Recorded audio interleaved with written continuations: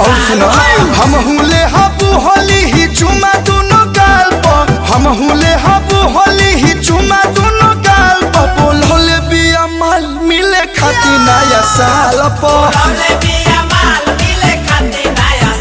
हाँ बोल होले बिया माल मिले खाती नया साल पर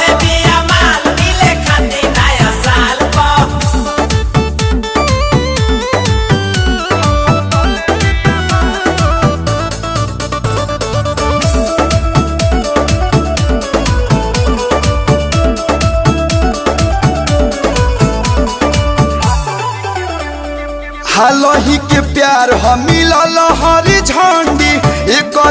काट ले हबसो के ठंडी